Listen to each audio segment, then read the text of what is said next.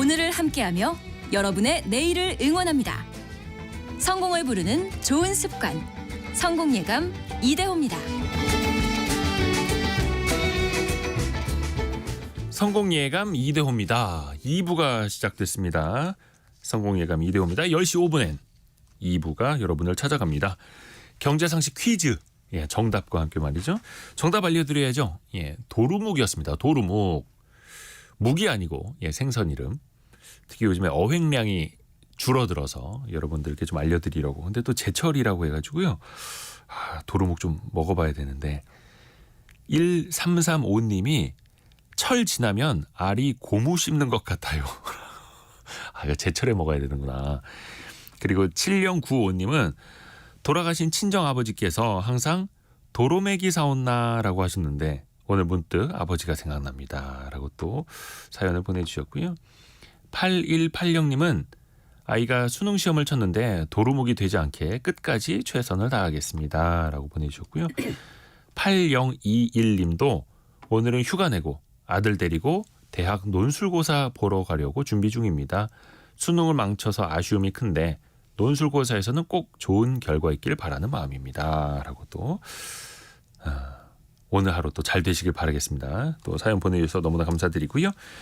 시장 상황 한번 볼까요? 코스피 코스닥 오늘은 조금 내림세입니다. 코스피는 다시 2,500 밑으로 내려와서 0.66% 빠진 2,494. 코스닥은 0.7% 빠진 811 가리키고 있고요. 원달러 환율은 1293원으로 약 3원 정도는 반등을 하고 있습니다. 지난 금요일부터요. 지금 거의 국제 경제 뉴스 가운데 가장 큰 화두가 바로 이겁니다. 샘 알트만, 오픈 AI, 챗 GPT를 만든 사람.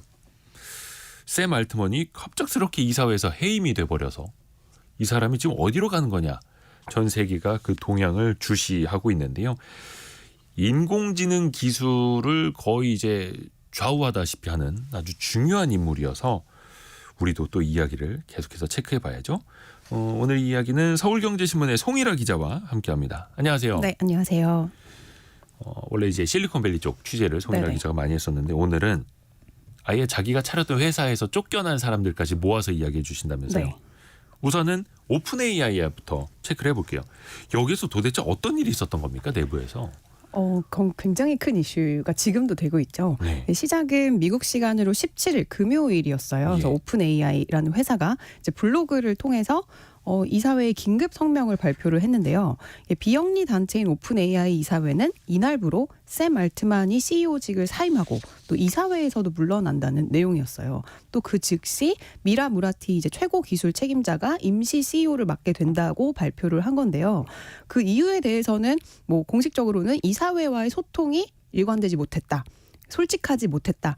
이는 곧 이사회의 책임 수행 능력을 저해한다라는 결론을 내렸다는 거고요. 근데 굉장히 갑작스러운 발표였어요. 왜냐하면 사실 샘 알트만이라는 사람은 오픈 AI를 차렸고 그다음에 간판 스타였잖아요. 네. 그래서 각 국가들을 다니면서 이 AI 기술을 계속 전파했던 인물인데 그래서 실리콘밸리와 이 월가를 비롯한 전 세계 AI 시장이 완전히 패닉 상태에 빠졌던 그런 발표였습니다.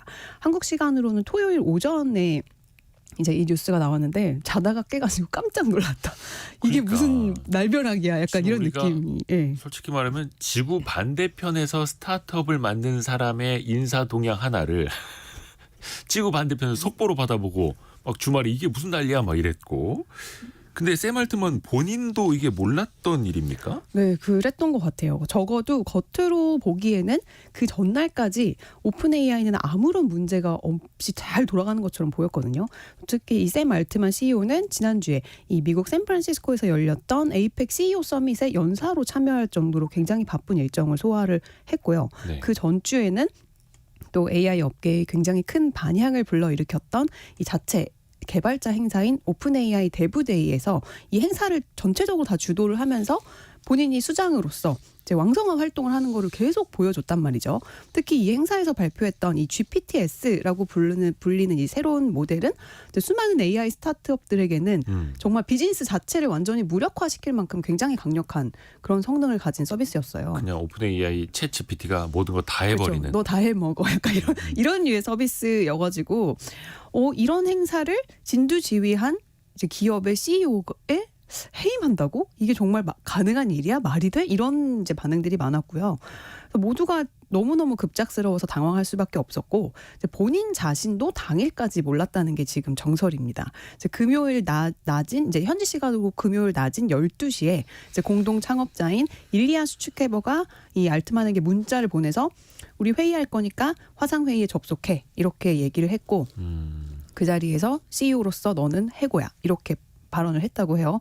그리고 12시 20분에 또 다른 공동 창업자인 이 그렉 브룩만이라는 사람에게도 역시 이사회에서 해고한다고 통보를 했습니다.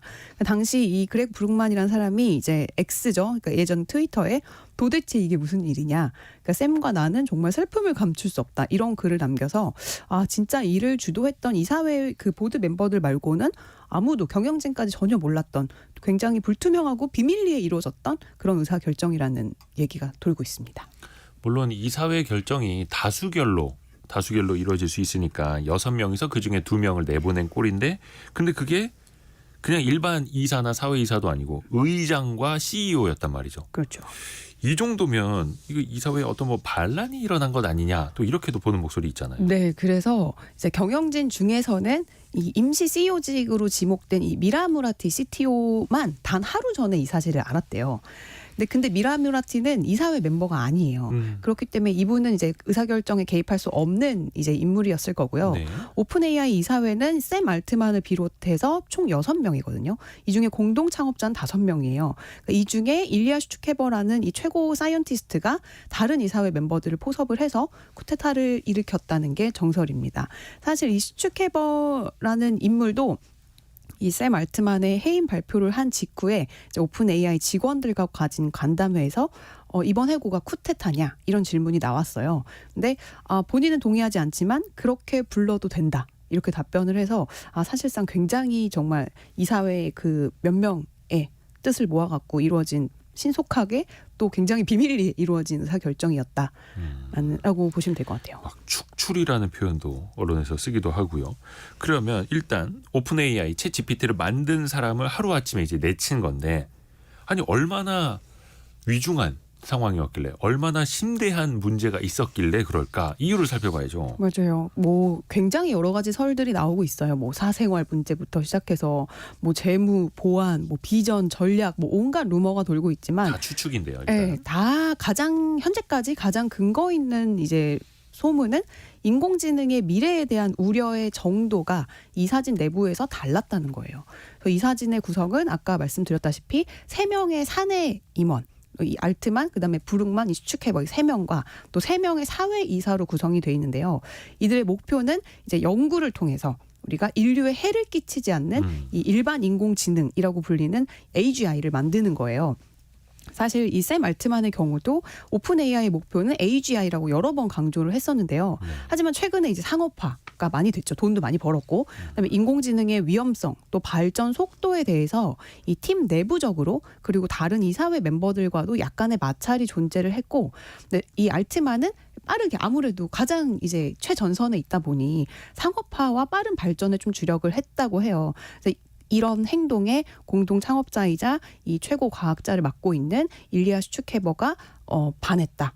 그래서 이분이 3명의 사회 이사를 설득해서 쿠데타를 일으켰고 이게 성공한 거다. 이게 지금 실리콘밸리에서 가장 유력한 가설입니다. 일단 그 AI라고는 많이 부르는데 요즘엔 AGI라고 많이 부르죠. 그 G가 중간에 제너럴. 네. 그러니까 이게 일반화된 인공지능이라고 볼 수 있을 텐데 범용이라는 뜻으로 정말 어디에도 쓰일 수 있는 무한히 확장할 수 있는 AI 또 이렇게도 봐야 되니까. 네, 그래서 인간을 해칠 수도 있는. 스트롱 AI 이렇게 부르기도 하고 그래서 AGI가 훨씬 더 중요한 건데 이제 문제는 이걸 만드는데 엄청난 개발비, 서버비, 돈이 든다는 것 아닙니까? 그래서 샘 알트만도 야, 돈 벌어야지 라고 한 게 수익을 추구한 게 뭐가 잘못된 거냐 또 이렇게 항변할 수도 있잖아요. 맞아요. 그래서 참 이게 굉장히 난제예요. 지금 이제 일어나고 있는 일들 중에. 근데 이 지금 사태를 이해를 하려면 이 오픈 AI라는 회사의 좀 독특한 지배 구조를 이해할 필요가 있는데요. 이 오픈 AI는 이제 인공지능이 모든 인류에게 혜택을 제공한다라는 이 핵심 사명을 가지고 2015년에 비영리 조직으로 이제 설립이 됐습니다. 사실 초기에 다들 아시겠지만 이 오픈 AI의 쩐주는 그 일론 머스크 현 테슬라 CEO였어요. 그래서 초반에는 뭐 막 기부금도 많이 맞아요. 받았었고 네. 일론 머스크 돈도 받았었고. 네, 우린 연구 개발해서 정말 인간에게 가장 이로운 AI를 만들겠다라는 그래서 회사 이름도 오픈 AI잖아요. 모두에게 그렇죠. 개방을 하겠다라는 이제 의미에서. 근데 이제 그 안에서도 계속 문제가 있었어요. 그러니까 이런 이견이 있었죠. 오픈 일반 인공지능에 대한. 그래서 2018년도에 이 쩐주였던 머스라 머스크 일론 머스크 테슬라 CEO도 네. 이제 약속했던 투자도 다 하지도 않고 그냥 네. 결별을 했어요. 그리고 나서 이제 인류에게 해를 끼치지 않은 AI를 만들려면 기술적으로 어쨌든 탑이 돼야 되잖아요. 근데 기술 개발에 생각보다 너무 돈이 많이 드는 거예요. 그렇죠. 그래서 이 샘 알트만 주도로 2019년에 비영리 단체로서의 임무와 지배 구조 또 감독을 유지를 하면서 한편으로는 이런 비전을 추구하기 위해서 자본을 조달할 수 있도록 오픈 AI라는 회사 아래 오픈 AI 글로벌이라는 유한 투자 회사를 자회사로 두는 일종의 하이브리드식 회사 구조를 만들었어요. 그러니까 비영리 법인 밑에다가 네. 영리 활동을 할 수 있는 수익을 추구하는 회사를 한 손자회사격으로 만든 거죠. 그렇죠. 예. 그리고 나서 이제 마이크로소프트로부터 100억 달러가 넘는 자금을 이제 투자를 받았고요. 100억 달러면 당시 우리나라 돈 한 12조 원 넘는. 맞아요. 네, 조 단위가 엄청난. 넘어가는 엄청난 투자를 초기 투자부터 쭉 받았고 그래서 우리가 아는 챗 GPT가 작년 11월에 나온 거예요. 그래서 이후에도 빠른 속도로 이 실리콘밸리에서 정말 이 계단식으로 상승하는 그 스타트업의 길을 가고 있었잖아요. 기업 가치가 110조 원이 지금 넘어요. 그래서 이 일리아 슈츠케버를 비롯한 애초에 오픈 AI의 정말로 리얼 미션을 보고 참여했던 이사들이 이 알트만의 방향에 반대를 했고 기존에 이제 합의한 비영리 단체의 지배 구조를 이용해서 그를 몰아냈다는 거죠. 그렇죠. 근데 이제 그 비영리 단체는 이사회를 누구도 건드릴 수 없는 구조로 만들어 놓기는 했는데 그 밑에 있는 중간이나 아니면 그 오픈 AI 글로벌에 투자를 네. 했던 마이크로소프트나 투자자들도 직원들도 결국 아무도 몰랐다는 거잖아요. 그렇죠. 상당히 그거는 좀 굉장히 비상식적이잖아요. 생각했을 때. 그래서 보통 이제 이사회의 결정을 보통 투자자, 뭐 주주 같은 또 직원 이런 회사에 이른바 돈을 태운 사람들의 목소리가 들어가기 마련이잖아요. 뭐 설사 CEO에 대한 정말 치명적인 문제가 생겼다라고 해도 뭐 조직 구성원이나 뭐 투자자를 포함한 이 회사의 이해 관계자들이 겪을 혼란을 최소화하는 방식으로 이사회의 의사결정이 내려지는 게 일반적인데 네. 하지만 이번 사건은 비밀스럽고 신속하게 진행이 됐고 CEO의 전격 해임이라는 가장 쇼킹한 방식으로 지금 이루어졌단 말이죠. 진짜 전격 제트 작전 막 이런 것처럼. 그렇죠. 그래서 이게 오픈 AI의 정말 그 특이한 지배 구조 때문에 가능했던 거예요. 네. 그러니까 오픈 AI는 기본적으로 비영리 단체이기 때문에 처음부터 이제 지배 구조를 투자자의 뜻을 전혀 반영하지 않아도 되게끔 그 이사진의 의사결정을 만들 수 있는 구조를 만들었던 거죠. 그러니까 투자자의 의견은 이사회의 결정이 중요하니까 전혀 영향을 미치지 못하게끔. 그렇죠. 이게 잘 아마 이해가 되질 않으실 거예요. 일반적인 우리가 아는 회사 구조, 지배 구조가 주식 회사 구조랑 네. 너무나 다르다 보니까 네. 그래서 수익 활동을 할 수 있는 그 회사 위에 비영리 단체가 최상위에 있는 그런 구조인데 어찌됐든 간에 창업자가 쫓겨났습니다. 그러면 비영리 단체와 영리 단체가 공존하는 지금의 이런 지배 구조, 지금의 방식이 계속할 수 있을까요? 쉽지 않을 것 같습니다. 사실 처음부터 이런 구조가 가능하냐는 게 세간의 우려였어요. 그리고 뭐 혁신적이다 이런 반응도 있었지만 네. 결과적으로 이번 쿠데타는 비영리 모회사와 또 영리 자회사의 희한한 구조의 동거가 겉으로 보기에는 굉장히 그럴싸해 보이지만 안에서는 골마 터진 거죠. 그리고 의사결정이 이렇게 정말 수많은 영향력을 미치게끔 쇼킹한 방식으로. 그리고 나중에 일리아 슈츠케버가 후회했어요. 그러니까 이게 그렇죠. 말이 되냐는 거죠. 어저께는 이제 일리아 슈츠케버 그러니까 샘 알트먼을 축출한 네. 당사자, 공동 창업자가 약간 좀 후회된다. 그러니까 딥플리 리그렛한다고 글을 남겼거든요. 이미 늦었죠. 그렇죠. 그래서 이 일리아 슈케버라는 인물을 조금 더 연구를 좀 살펴보면 이 AI의 대부라고 불리는 제프리 힌튼, 지금 현 토론토도대 교수의 수제자예요. 그래서 이 힌튼 교수가 1972년 AI를 연구하면서 이제 인간의 이 신경망과 같은 방식으로 작동하는 이제 컴퓨터인 인공신경망의 개념을 처음으로 이제 도입한 사람이고요. 딥러닝의 발전에 굉장히 큰 공로를 정말 AI 업계에서는 정말 대부라고 불리는 분인데, 근데 이분이 줄기차게 AI의 위험성을 강조하셨어요. 그러니까 AI의 발전이 초래하는 위협이 기후 변화보다 지금 더 크다. 이거를 계속 언론에다가 미디어에다가 노출을 시켰거든요. 그러니까 이런 분의 수제자가 일리아 슈츠케버라는 인물입니다. 결국에는 이 AI가 인류의 엄청난 문제를 해결할 수 있는 잠재력이 있는 건 맞지만 가장 큰 위험이 될 수도 있다는 거죠. 그래서 무엇보다 중요한 거는 안전하게 AI를 개발하는 건데, 이들이 볼 때는 샘 알트만의 방식이 너무나도 상업적으로 비춰지면서 뜻이 잘 맞지 않았던 게 아닌가. 하지만 이것 또한 하나의 설일 뿐인데요. 네. 오픈 AI는 이제 알트만을 해임한 직후에 블로그를 통해서 인류를 해치거나 권력을 과도하게 집중시키는 AI 또는 AGI를 활성화하는 걸 피하고 AGI를 안전하게 만드는 데 필요한 연구를 수행해야 한다. 이렇게 본인들의 본래 뜻을 밝혔어요. 그래서 돈이 되는 서비스보다 연구 개발에 앞으로 좀 더 중점을 할 거라는 방향을 읽을 수 있었습니다. 윤리와 안정성을 우선시할 거냐, 아니면 그래도 개발비가 필요하니까 이윤 추구를 동시에 할 거냐, 여기서부터 좀 엇갈렸던 거고, 이 대목에서 이제 많이들 떠오르는 게 그 오펜하이머라고 해서 원자폭탄을 만든 오펜하이머랑 샘 알트먼, 인공지능을 만들고 샘 알트먼이 이제 많이 비교가 되더라고요. 샘 알트먼 스스로도 그런 표현을 많이 했고, 근데 그 오펜하이머랑 샘 알트먼이랑 생일이 똑같더라고요.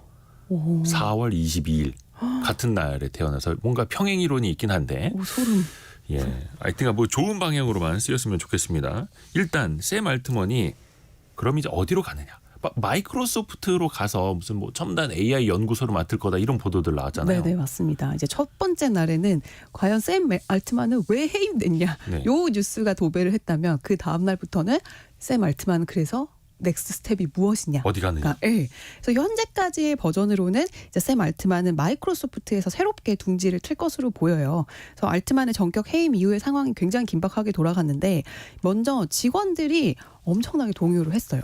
그래서 이사회 편이 아닌 알트만의 편에 섰고, 투자자들도 이제 같은 움직임을 보이면서 이제 오픈 AI 이사회가 다시 그를 불렀어요. 그래서 게스트 그 배지를 달고서는 본인이 만든 회사에 방문해가지고 이사회에 논의를 했는데, 결국에 결렬이 됐고요. 결국에는 최대 주주인 마이크로소프트가 등장을 해서 그 샘 알트만을 영입해서 새로운 AI 리서치 팀을 이끌 거다, 이렇게 발표를 했습니다. 사실 이 사티아 나델라 마이크로소프트 CEO랑 샘 알트만 오픈 AI CEO는 협업이 굉장히 잘 되고 이제 인간적으로도 친한 걸로 알려져 있어요. 뭐 둘이 서로 찍은 셀카를 SNS 올릴 정도로 신의가 두터웠고, 서로의 이제 발표 날에 이제 서로 참여해가지고 또 이런 신의를 보여줬고. 그런데 이런 사티아 나델라에게조차 오픈 AI 이사회가 알트만의 해고 사실을 단 1분 전에, 그러니까 언론에 공표하기 1분 전에 알렸다고 해요. 그래서 여기에 나델라가 매우 붕괴했다는 후문이 1분 전에 있습니다. 알린 게 뭐 이게 미리 알린 겁니까 이게? 네.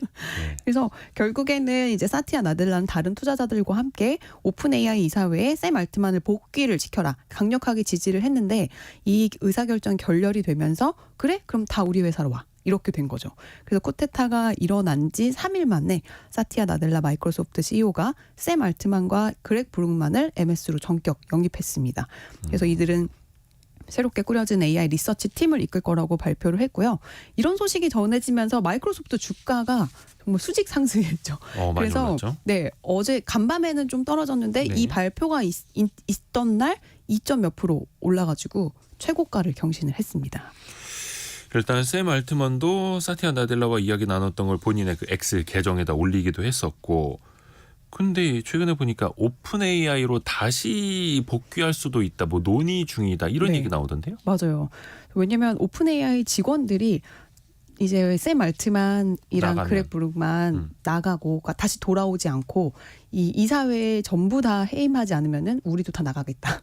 그렇게 지금 으름장을 놓고 있는 상황이에요. 네. 그래서 연판장까지 돌렸어요. 그래서 이제 직원 전체가 750명, 770명 이 정도인데 그 중에서 700명이 그 연판장에 사인을. 연판장이라는 표현을 실리콘밸리를 통해서 들으니까 굉장히 낯서네요. 네, 단체 서명 운동을 했습니다. 네.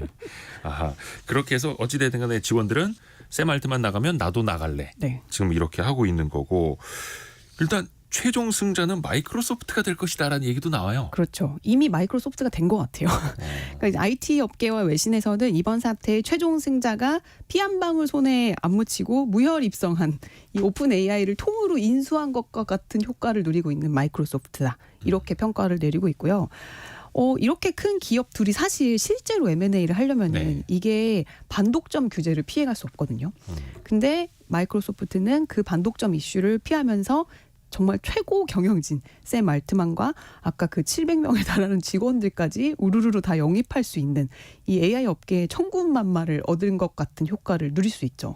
그렇죠. 세계 최고의 AI 개발자들을 그것도 그냥 호박 넝쿨채로. 그렇죠. 게다가 지금 MS는 엔비디아에 대항해서 AI 반도체 칩까지 자체 칩까지 개발하고 있거든요. 네.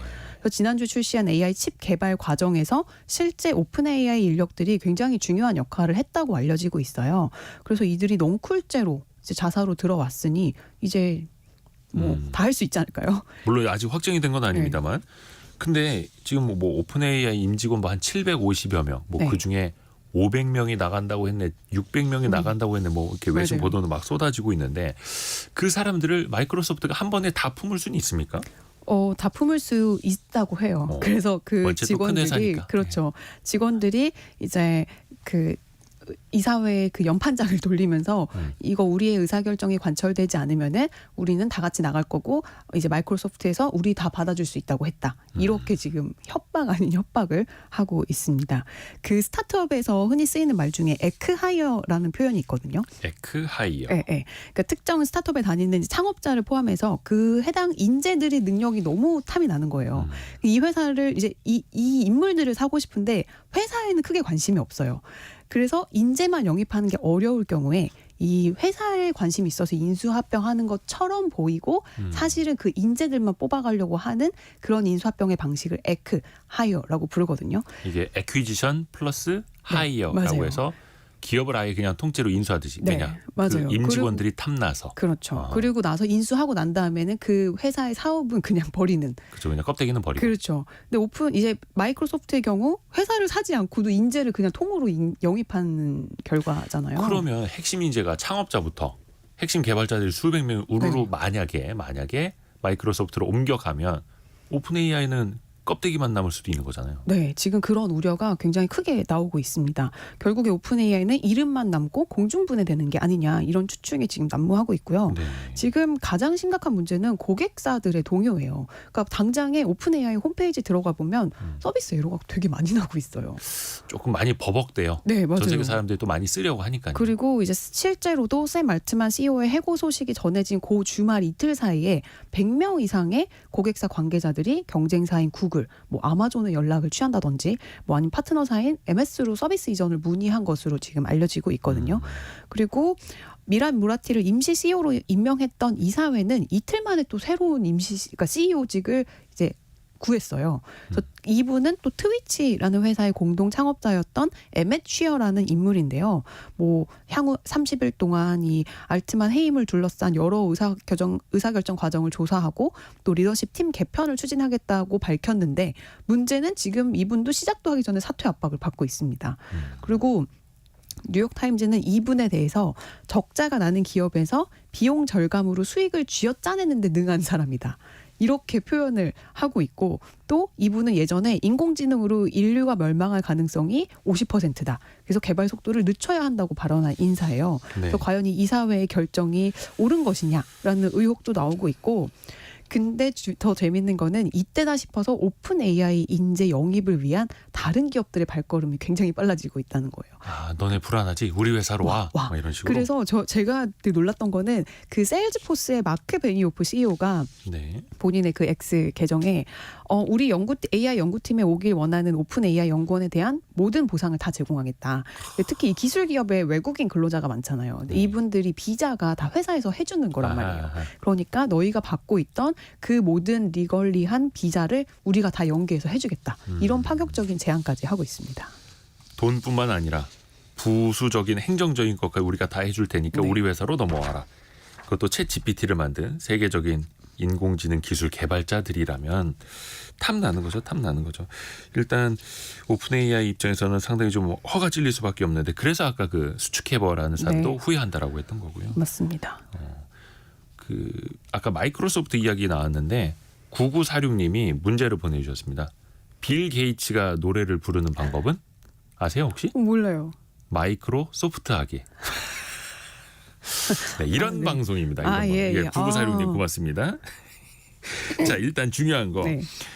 AI를 그럼 개발을 할 때 이게 기술이 중요하긴 하고 인류의 삶을 윤택하게 만드는 건 참 좋기는 한데 돈은 필요하고 과연 이윤 추구가 먼저냐 공공의 이익과 안전이 먼저냐 일단 이 둘의 사이가 여기서부터 또 엇갈렸던 거잖아요. 오픈 맞아요. AI가. 그리고 사실은 이게 처음이 아니었어요. 그러니까 과거에도 오픈 AI 내부에서 이렇게 위험한 기술을 너무 빨리 확대한다라는 우려로 회사를 떠난 인물들이 있습니다. 네. 그러니까 대표적인 인물이 바로 라이벌 AI 스타트업인 엔트로픽이라는 회사인데요.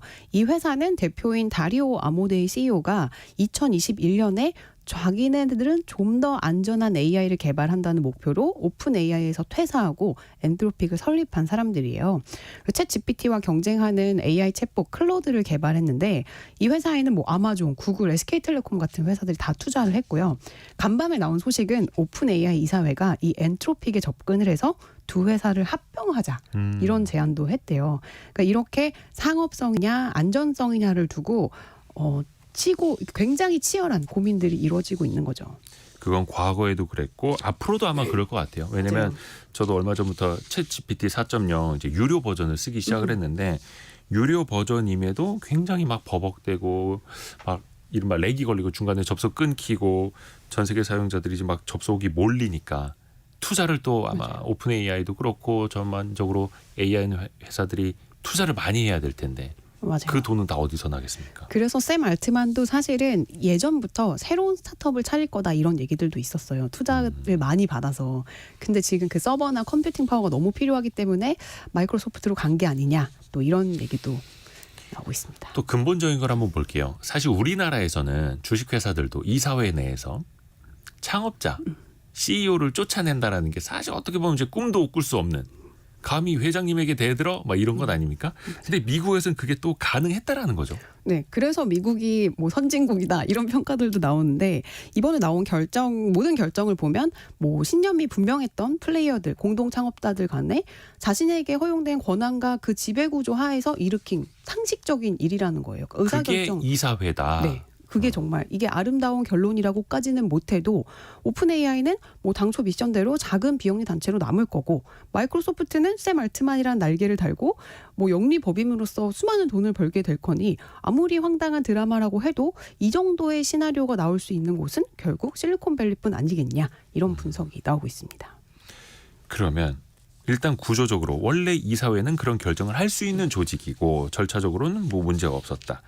과거에도 실리콘밸리에서 자기가 회사를 만들었는데 쫓겨난 CEO들이 꽤 있었죠. 네, 우리가 가장 잘 알고 있는 대표적인 인물이 스티브 잡스. 스티브 잡스. 네, 애플 창업자인데요. 자신이 만든 회사에서 쫓겨나서 11년 만에 다시 복귀를 해서 이제 지금의 애플을 만든 인물이에요. 그렇죠. 뭐 당시 얘기를 잠깐 하자면 애플이라는 회사가 1976년도 스티브 잡스와 이 스티브 워즈니악에 의해서 설립이 됐고 네. 뭐 혁신적인 뭐 제품들을 개발했지만 1985년 그러니까 당시 잡스 본인이 직접 영입했던 CEO였던 이 존 스컬리와 그 이사회와의 갈등을 겪으면서 해고를 당했습니다.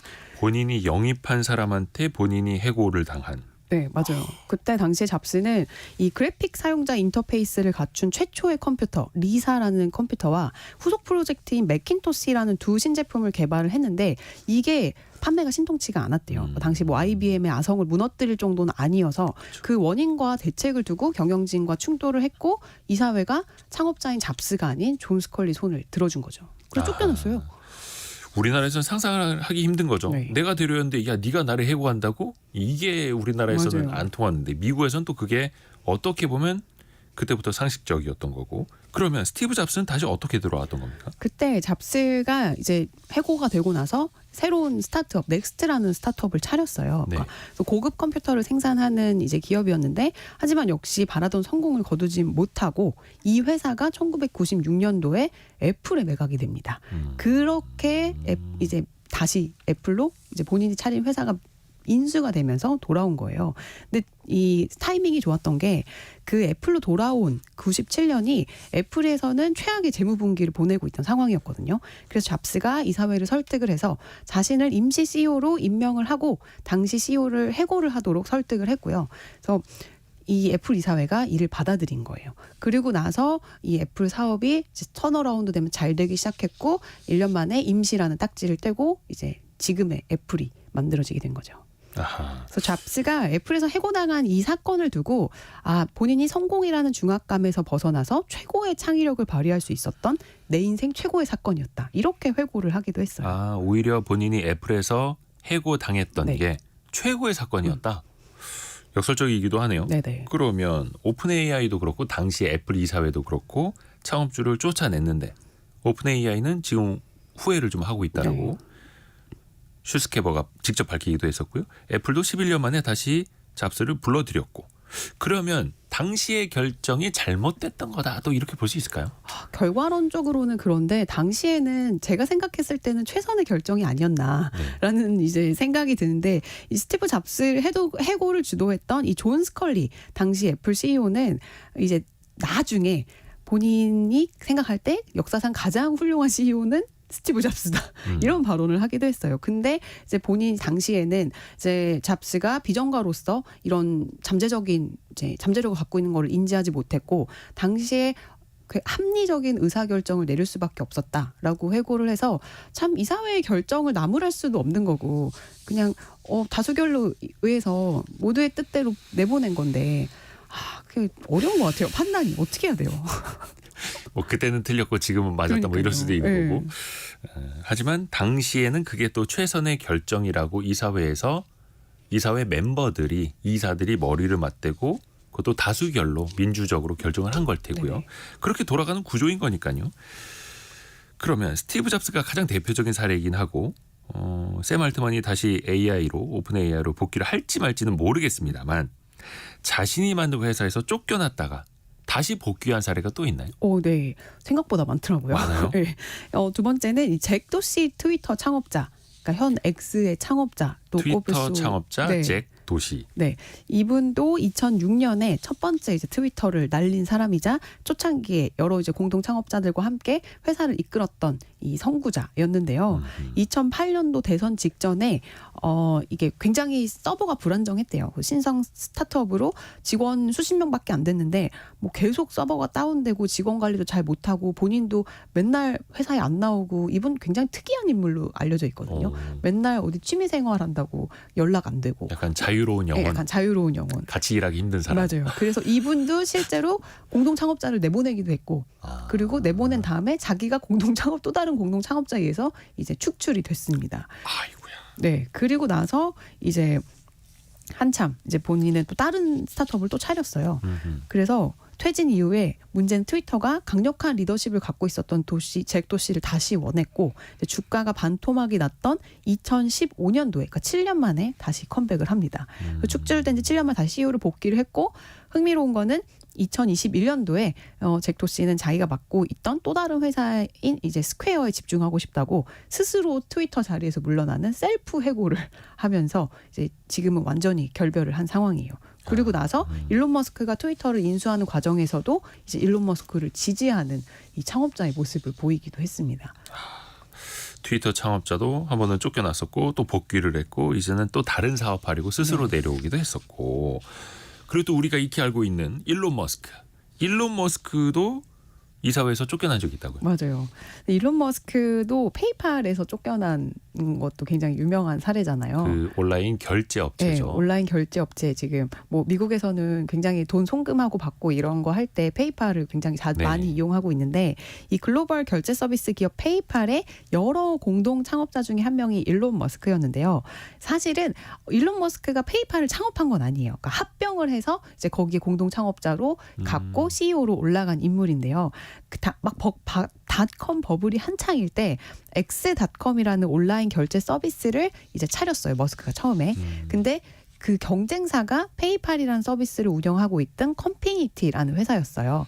이 회사는 우리가 잘 알고 있는 또 팔란티어 CEO죠. 이 피터 틸이라는 분이 또 다른 여러 명과 만든 회사인데 이 두 회사가 합병하면서 이 회사의 CEO로 이 일론 머스크가 임명이 된 건데요. 근데 그의 리더십이 우리 다 알잖아요. 굉장히 괴팍하고 사람들에게 막 몰아붙이고 이런 리더십에 의문을 품던 다른 공동 창업자들이 작당 모의를 해서 일론 머스크가 심지어 신혼여행을 떠나 있는 비행기에 있는 사이에 이사회에 불신임 서류를 제출을 했고 좀 치사하네요. 네. 신혼여행 가고 있는데 그때 딱 그러니까요. 해임을 한다고요. 그래서 비행기에서 내리자마자 이제 이게 어떻게 된 더 일이야? 이상 이제 CEO가 아닌 그런 상황이 된 거예요. 그래서 네 당시 머스크는 이런 일종의 배신을 당한 거잖아요. 그래도 이제 꾹 참고 회사 고문 자리를 받아들였고 이제 투자를 계속 해서 결국에는 페이팔의 최대 주주로서 입지를 굳혔고 닷컴 버블이 끝나던 시기에 이베이에 페이팔을 팔아서 우리 돈으로 2천억이 넘는 수익을 남긴. 네, 저는 수익만 CEO 안 해도 될 것 같아요. 근데 또 뭐 일론 머스크는 그 돈 가지고 또 여기저기 또 새롭게 그렇죠. 투자를 하면서 스페이스X도 하고, 네. 새로운 일을 또 시작을 했던 거고요. 어떻게 보면은 성과가 부진하거나 그 사람의 아이디어가 틀리거나 철학이 좀 맞지 않거나 이러면 가차없이 야 우리 이사회 열자. 손 들어봐. 누가 찬성하고 누가 반대할 거야. 이렇게 하면서 진짜 창업자건 CEO건 내보낼 수 있는. 한편으로는 좀 부럽기도 해요. 그런 투명한 의사 결정을 할 수 있는 그 이사회가 제대로 돌아가고 있는 거잖아요. 그렇죠. 네. 사실 우리나라 관점에서 봤을 때도 심지어 상장사, 공개 기업도 이사회가 제대로 이렇게 거의 안 돌아가는 게 태반이거든요. 그죠. 그냥 거수기다. 창업주. 예. 이른바 오너, 총수라고 하는 사람의 손가락 경영, 말 한마디 경영으로 모든 이사들이 예 알겠습니다 밖에 하지 않는. 그래서 사회이사 제도라는 것도 도입이 됐는데 심지어 회사 밖에 있는 이사들도 그냥 최대 주주 회장님이 임명하고 그들의 연봉이나 재임 여부도 회장님이 결정해주고 그러다 보니까 똑같이 다 거수기가 되고 유명무실한 이사회가 되는데 이런 거 보면 실제로 이제 미국 기업들의 이런 지배 구조는 굉장히 부럽습니다. 맞아요. 특히나 비상장사까지도 그렇고 근데 우리나라는 상장사들도 그냥 손가락 경영을 아직까지도 하고 있고 송 기자가 봤을 때 일단 창업을 했다가 쫓겨났다가 복귀한 이런 CEO들 어떤 뭐 공통점 같은 것도 보입니까? 제가 리서치를 하다가 좀 공통점을 찾았는데 예. 저만의 해석이에요. 근데 일단 표면적으로 공통점은 다 대학을 중퇴했어요. 이 사람들이. 예, 뭐 그 샘 알트만도 그렇고 그 일론 머스크도 그렇고 스티브 잡스도 그렇고 그래서 이 대학을 중퇴했다는 의미가 한편으로 기존 질서에 좀 수긍하지 못하고 뭔가 새로운 거를 만들고 싶어하는 그런 성향이 네. 있는 사람들이 아닐까라는 게 저의 첫 번째 이제 해석이고 두 번째는 이분들이 다 좀 특이했다는 거예요. 그러니까 리더십에 의심을 받았던 인물들이었다. 그러니까 샘 알트만은 제외예요. 샘 알트만은 지금 이제 직원들이 다 다시 복귀를 원하고 있기 때문에 이분은 좀 제외인데 스티브 잡스나 뭐 잭 도시 또 일론 머스크 같은 분들은 이제 직원들을 계속 끝까지 막 몰아붙이고 막 힘들게 하고 괴팍하게 하고 공감 능력이 굉장히 떨어졌다. 이런 평가를 받고 있는 인물이었거든요. 그렇기 때문에 뭔가 이런 대규모 조직을 회사가 점점 커질수록 이끌어 나가는데 약간 반대하는 세력들이 있지 않았을까라는 생각이 드는데 제가 떠오르는 게 그 일론 머스크가 왜 샘 알트만과 오픈 AI와 결별을 했냐 이런 팟캐스트를 한번 들어본 적이 있는데 네. 그 샘 알트만이 본인의 우상이 일론 머스크였다. 근데 그의 이제 이런 일하는 스타일이나 이런 것들은 내가 원하는 바는 아니다. 이런 발언을 했던 기억이 나요. 우상은 우상이고 네, 같이 일해보니까 아유 안 되겠더라. 그렇죠. 그러니까 오픈 AI 직원들은 우리는 사람 빼면 아무것도 없다. 이거예요. 그래서 그 말을 정말 워딩으로 썼기 때문에 그거를 좀 추구하고 이제 그걸 중요하게 여기는 샘 알트만에게는 이제 많은 우군들이 생기는 거고, 이제 일론 머스크는 사실 책에서도 보지만 직원들 뭐 정말 최고 경영진한테도 부하 직원들이랑 친해질 생각하지 말아라. 뭐 이런 것도 본인의 이제 기조잖아요. 그러니까 리더십에 좀 성향이 다르지 않나? 그런 생각이 들더라고요. 완벽할 수는 없겠죠. 네. 괴짜. 어떻게 보면 괴팍한 성격이 있었기 때문에 또 세상을 바꾸는 발명도 했었던 거고, 맞아요. 엄청난 스타트업들도 대기업으로 또 키워낸 걸 수도 있겠고요. 성은실 님이 천재에게 리더십까지 바라면 투머치라고. 맞습니다. 하여튼간 세상을 바꾸는 사람들은 특이한 점이 있습니다. 그리고 그 실리콘밸리에서 이제 대학 중퇴했던 사람들에 대한 이야기는 저희가 몇 주 전에 한번 또 네네. 이야기한 적이 있으니까 그게 유튜브에도 다시 보기로 아마 남아있을 겁니다. 참고하시면 좋을 것 같아요. 서울경제신문의 송일아 기자와 함께했습니다. 고맙습니다. 네, 감사합니다. 라디오 정보센터 뉴스도 들어보시죠. 카드론 대환대출 잔액이 1년 새 48% 증가한 것으로 나타났습니다. 고금리 고물가에 서민들의 자금난이 심화되면서 빚 돌려막기가 늘어났다는 신호로 해석됩니다. 중고거래 앱에 바코드를 가린 채 게시된 모바일 백화점 상품권을 기술적으로 복원해 3천만 원어치를 무단 사용한 혐의로 30대 남성이 검찰에 넘겨졌습니다. 세계 최대 가상화폐 거래소 바이낸스가 북한 등 미국 정부의 제재 대상과 거래를 중개한 혐의 등에 대해 43억 달러, 한화 약 5조 5천억 원 상당의 역대 최대 규모 벌금을 내기로 미국 정부와 합의했습니다. 미국 연방준비제도가 공개한 11월 연방공개시장위원회 정례회의 의사록에 따르면 회의 참석자 대부분이 인플레이션 재개 위험성을 여전히 인지하고 있는 것으로 나타났습니다. 지금까지 라디오 정보센터 조진주였습니다. 자, 청취자 여러분의 질문이 콘텐츠가 되는 시간입니다. 애프터 서비스 코너. 오늘은 곽지현 리포터입니다. 안녕하세요. 네, 안녕하세요. 어떤 질문부터 들어보죠? 네, 청취자 5919번님은 주택담보대출이 있는데 신생아 특례대출 또 받을 수 있을까요? 라고 문자 보내셨어요. 네. 한국주택금융공사에 물어보니까요. 아직 정해진 내용이 없다고 합니다. 하지만 신혼부부 주택구입 지원대출이 있는데 이거하고는 중복해서 받을 수가 없다고 해요. 신혼부부 주택구입 지원대출을 먼저 받은 다음에 신생아 특례대출 받을 수가 있고요. 신생아 특례대출을 받은 후에는 일정 기간 동안에는 이 주택을 처분하거나 임대할 수 없는 제한이 있다고 합니다. 그러니까 이렇게 내년에 1월 출시 예정인 신생아 특례대출 두 종류입니다. 이 디딤돌 대출과 비슷한 구입 자금 대출이 있고요. 또 버팀목 대출과 비슷한 전세 자금 대출이 있습니다. 이 두 가지 공통 요건을 보면은 이 대출 신청을 기준으로 2년 안에 아이를 낳을 것인가, 그러니까 출산 예정인 무주택 가구고요. 이 부부 합산 1년 그 연소득이 1억 3천만 원 이하, 또 자산이 5억 600만 원 이하면은 9억 원 이하 주택을 구입하실 때요. 최대 5억 원까지 대출 받을 수가 있습니다. 신청은 한국주택금융공사 홈페이지에서 하시고요. 당연히 이 출생증명서 이런 서류 필요하겠죠. 일단 특례자 붙은 거는 나라에서 지원해 주는 거니 관심 있게 봐라, 또 이런 속설도 있는데요. 네. 그 금리가 중요하잖아요. 아직 확정은 안 됐습니다만 최저 1%대도 나올 수 있다고. 네. 최고 해봐야 3%대. 그래서 훨씬 더 싼 금리로 나올 거라고 하니까요. 뭐 출산 계획 있으신 분들은 신생아 특례 대출 이것도 한번 기다려 보시면 좋을 것 같습니다. 네. 이어서 청취자 이상목님은 청약 당첨자들의 계약률, 이 계약률은 어디에서 확인할 수가 있을까요? 확인이 안 됩니다. 안 됩니다. 이게 왜냐하면 네. 뉴스 보면 와 어디 뭐 분양을 하는데 청약 경쟁률이 100대 1이다 뭐 이런 거 많이 나오지 않습니까? 네, 나오죠. 청약 경쟁률은 청약홈이나 부동산 원이나 이런 데서 확인이 쉽게 돼요. 그런데 실제 계약률, 아니 100대 1 경쟁률인데 실제로 그래서 몇 사람이나 계약을 했는데를 알아봐야 되는데 이거는 그 건설사가 직접 공개를 해줘야만 하는데 네. 공개를 잘 안 합니다. 하나요? 이게 네. 잘 되면은 다 계약됐습니다.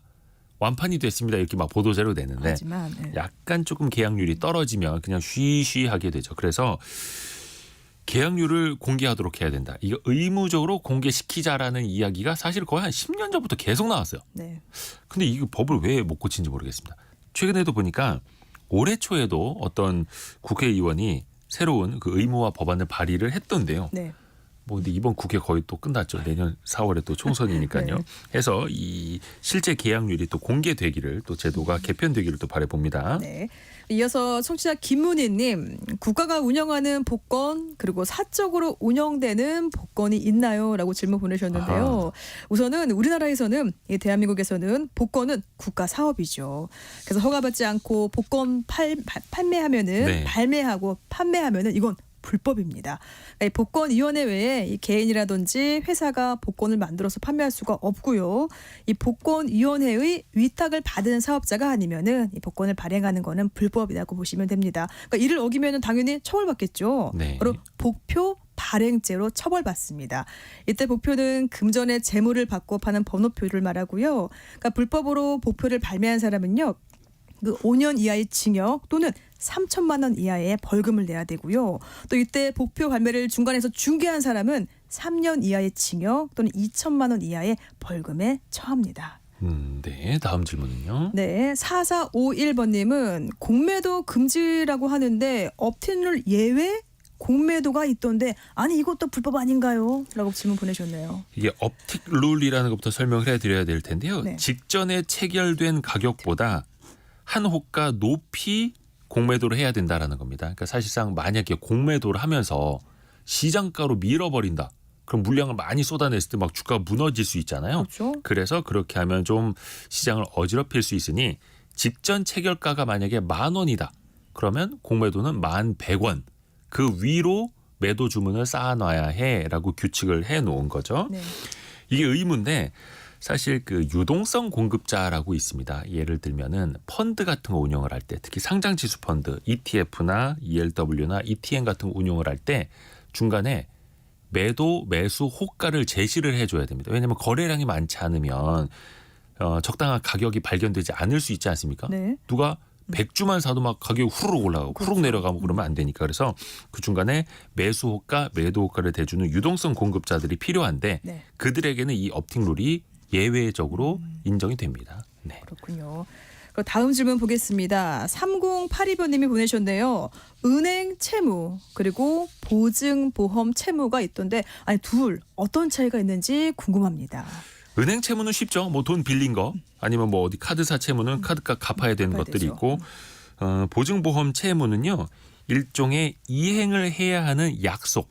그 약속의 대가입니다. 어떤 보험을 든다라는 건 예를 들어서 내가 누군가 상품을 구매하는 계약을 체결을 했습니다. 그러면 그 판 사람이 나한테 이거 상품을 보내줘야 되잖아요. 네. 그러면 중간에 우리 둘이 보증보험에 가입을 합시다.